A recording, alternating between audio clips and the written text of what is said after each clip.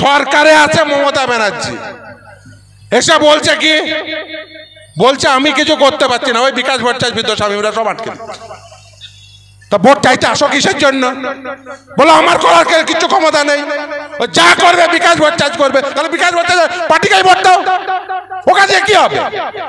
ও তো ভোট পেয়েও কিছু করতে পারবে না। ও যে ভোট পেয়েছে কালকে, ও কিছু করার ক্ষমতা নেই। ও মস্তিষ্কে কিছু থাকলে তো করবে। কিন্তু সরকারটা বুদ্ধদেব ভট্টাচার্যের আমলে সরকারে যারা চাকরি পেয়েছে, কারো চাকরি গেছে? কারো চাকরি গেছে? বুদ্ধদেব ভট্টাচার্যের আমলে উকিল ছিল না, না হাইকোর্ট ছিল না, সুপ্রিম কোর্ট ছিল না। আরে জ্যোতি বসুদের আমলে সিদ্ধার্থ শঙ্কর রায়, অজিত পাঁজারা ছিল, একজনের তো চাকরি যায়নি। কেন যায়নি? কারণ বুদ্ধদেব ভট্টাচার্য, জ্যোতি বসুরা সাদা খাতার মাস্টার বানায়নি। এই যে দেখবেন নিয়োগের পরীক্ষায় বলে আমরা কোনো নোটিশ বের করলেই ওর মামলা করে। যার 4 লাইনের নোটিশ লেখার ক্ষমতা নেই ঠিক করে, ওই তো শুনেছেন ইংরেজির ছিরি, যার 4 লাইনের নোটিশ লেখার ক্ষমতা নেই সে নাকি সরকার চালাবে। একটা নোটিশ ঠিক করে লিখতে পারে না, একটা নোটিশ লিখতে গিয়ে আদালতে গিয়ে মুখ থুবড়ে পড়ে, সে নাকি সরকার চালাবে। এমন অযোগ্য সরকার, কে বই তো তার তালিকা পর্যন্ত দিতে পারলো না। এই যে 26,000 চাকরি বাতিল হলো, সবাই কি অযোগ্য? সবাই কি অবৈধ? না। তাহলে এদের বাতিল হলো কেন?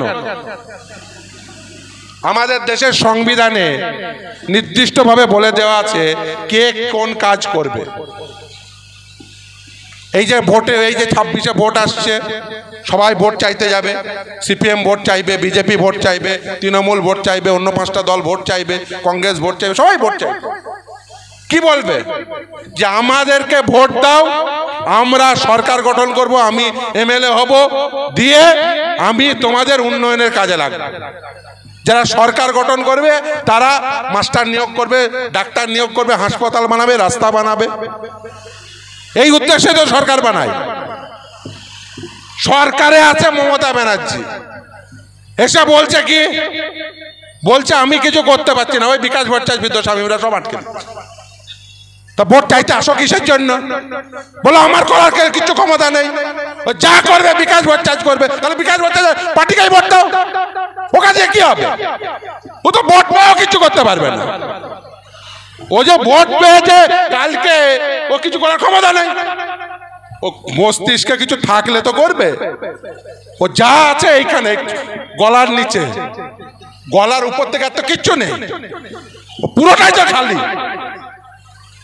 আর তার উপরে লেগেছে 2 নম্বরই। ও আমি বলি তো, দেখবেন আমি প্রায়শই বলি, এই যে দেখবেন নিয়োগের পরীক্ষায় বলে আমরা কোনো নোটিশ বের করলেই ওর মামলা করে।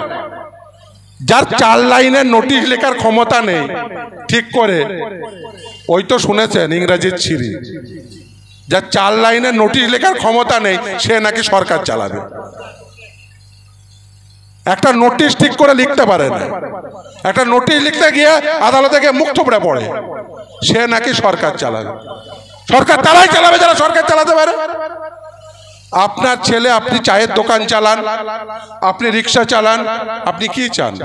যে আপনার ছেলে পরিশ্রম করে এই রাত্রিবেলায় পড়াশোনা করবে, এসএসসি, টেট, প্রাইমারির সিলেকশনে বসবে, সে তার যোগ্যতার মেধার ভিত্তিতে চাকরি পাবে। চাকরি পেল। কিন্তু সরকারটা বুদ্ধদেব ভট্টাচার্যের আমলে সরকারে যারা চাকরি পেয়েছে, কারো চাকরি গেছে? কারো চাকরি গেছে? বুদ্ধদেব ভট্টাচার্যের আমলে উকিল ছিল না, না হাইকোর্ট ছিল না, সুপ্রিম কোর্ট ছিল না। আরে জ্যোতি বসুদের আমলে সিদ্ধার্থ শঙ্কর রায়, অজিত পাঁজারা ছিল, একজনের তো চাকরি যায়নি। কেন যায়নি? কারণ বুদ্ধদেব ভট্টাচার্য, জ্যোতি বসুরা সাদা খাতার মাস্টার বানায়নি। আর মমতা ব্যানার্জি এসে কি করলো? সাদা খাতার মাস্টার বানালো। ফলে বিকাশ ভট্টাচার্য বিদ্যাস্বামীরা গিয়ে আদালতে গিয়ে বাতিল করে। আর যে যোগ্য, যে অবৈধ, আদালত বলল তাদের তালিকা দাও। এমন অযোগ্য সরকার, কে বৈধ তার তালিকা পর্যন্ত দিতে পারলো না। ফলে আপনার ছেলেটি যে মেধাবী, যে মেধার ভিত্তিতে চাকরি পেল, তার চাকরিটাও চলে গেল। তার কারণ সরকারটা অযোগ্য। সরকার যদি অযোগ্য হয়, সরকারের মাথায় যে বসেছে তার মাথায় যদি কিছু না থাকে, তাহলে জানবেন যে সব থাকা সত্ত্বেও কিছু করা যাবে না। এক্স্যাক্টলি মমতা ব্যানার্জির আমলে সেটাই হয়েছে। কারণ সরকারের মাথায় যে বসে আছে তার মাথায় কিছু নেই, তার মাথায় শুধু একটাই ধান্দা আছে, কি করে দিল্লিতে ওই ফেস টাইমে কল করে কি করে জেল থেকে বাঁচবো, আর কি করে কালীঘাটের ওই রাস্তাগুলোর উপরে প্রপার্টি বাড়াবো। ওই এক ধান্দায় যদি সরকার চালান তাহলে যা হওয়ার তাই হবে।